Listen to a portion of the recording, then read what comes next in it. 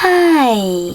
In front of me is T-Mobile phone 6 Pro, and today I would like to show you how you can clean storage of this device. First of all, you need to find an app called Files. When you find it, click on it. Now click on Continue over here and select Clean at the bottom left corner. Finally, choose Clean under Junk Files and confirm your choice by choosing Clear in this pop-up. Then wait. As you can see, after a couple of seconds, storage of my T-Mobile phone was successfully cleaned.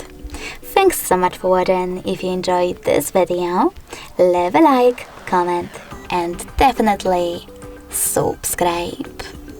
Bye!